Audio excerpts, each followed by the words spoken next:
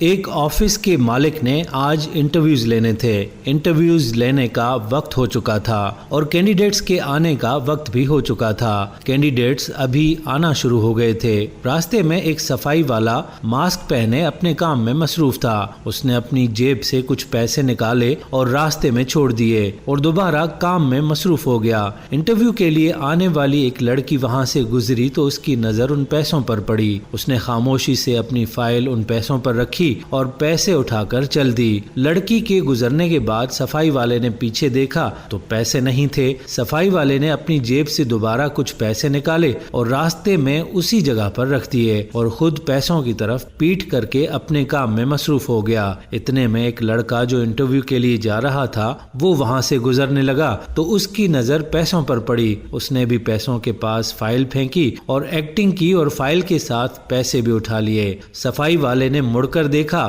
तो उस लड़के ने उसको झड़क दिया कि क्या देखते हो, अपना काम करो। उस लड़के के गुजर जाने के बाद सफाई वाले ने दोबारा उसी जगह पर कुछ पैसे छोड़ दिए और काम में फिर मसरूफ हो गया। इतने में एक लड़का हाथ में फाइल लिए इंटरव्यू के लिए जा रहा था कि उसकी नजर भी उन पैसों पर पड़ी। उसने बैठकर पैसे उठाए और फिर उस सफाई वाले से कहा कि भाई क्या ये पैसे तुम्हारे हैं? ये मुझे यहाँ पर पड़े हुए मिले हैं। सफाई वाला जेबें टटोलते हुए बोला कि जी ये मेरे ही हैं। वो लड़का कहने लगा कि भाई पैसों का ख्याल रखा करो, ये बड़ी मुश्किल से कमाए जाते हैं। ये कहकर वो लड़का इंटरव्यू के लिए आगे चला गया।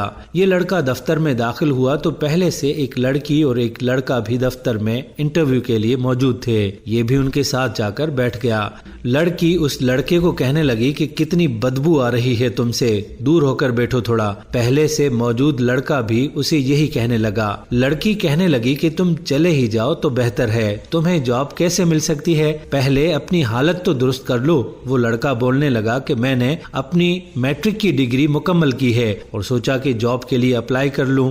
वो लड़का और लड़की उसका मजाक उड़ाने लगे। वो लड़का उसको 1000 रुपए देकर बोलता है कि ये लो और जाओ अपनी हालत सही करो, छोड़ो इंटरव्यू को भाई। इतने में आवाज आती है कि इंटरव्यू के लिए आ जाएं। पहले वाला लड़का और लड़की दोनों उठ जाते हैं। लड़का बोलता है कि पहले मैं जाऊंगा। लड़की कहने लगी कि नहीं, पहले मैं जाऊंगी क्योंकि पहले मैं दाखिल हुई हूँ। इस तरह से दोनों ही ऑफिस में दाखिल हो गए। ऑफिस का ओनर उनसे उनके बारे में पूछता है तो दोनों अपनी अपनी क्वालिफिकेशन के बारे में बताने लगे, अपनी डिग्रियों के बारे में बताने लगे। फिर ऑफिस का ओनर उनसे पूछता है कि क्या मैं आप लोगों पर एतबार कर सकता हूँ? तो लड़की फौरन बोलने लगी कि सर मुझ पर तो आप ट्रस्ट कर सकते हैं। रही इसकी बात तो ये तो शक्ल से ही चोर लगता है। ऑफिस का ओनर पूछने लगा कि क्या और भी कोई है जो इंटरव्यू के लिए आया हो? तो दूसरा लड़का ऑफिस में दाखिल हो गया। उसको देखकर वो लड़की और लड़का हंसने लगे जो पहले से मौजूद थे। लड़का बोलता है कि सर इस भिखारी को तो रहने ही दें, इसे आप क्या जॉब देंगे? लड़की कहने लगी सर ये तो मैट्रिक पास है, ये क्या जॉब करेगा?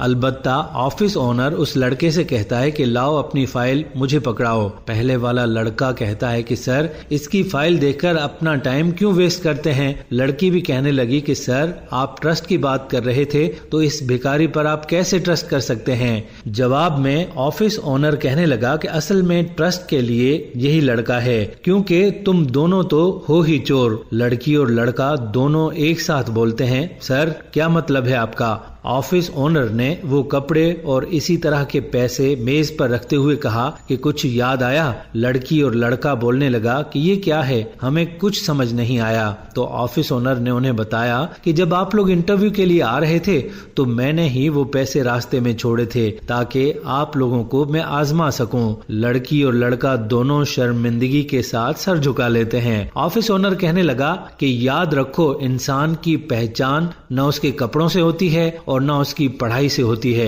बल्कि उसके किरदार से इंसान की असल पहचान होती है। तुम दोनों ना तो इस जॉब के लायक हो और ना ही ट्रस्ट के लायक हो, चले जाओ यहाँ से। और दूसरे लड़के से बोलता है कि मुबारक हो, ये जॉब आपकी हुई। दोस्तों जिंदगी के तमाम तर मामलात में ईमानदारी से काम लेना चाहिए। बेईमानी करके जो पैसा हम बटोरते हैं वो पैसा हमारे किसी काम का नहीं है, न इस दुनिया में और न आखिरत में, बल्कि उल्टा आखिरत में तो हमें इस वजह से सजा भी मिलेगी। हम उम्मीद करते हैं कि हमारी आज की वीडियो आपको जरूर पसंद आई होगी और अपने दोस्तों अहबाब के साथ इसे शेयर भी जरूर करेंगे। रिजवानुल हक को इजाजत दीजिए। अल्लाह हाफिज।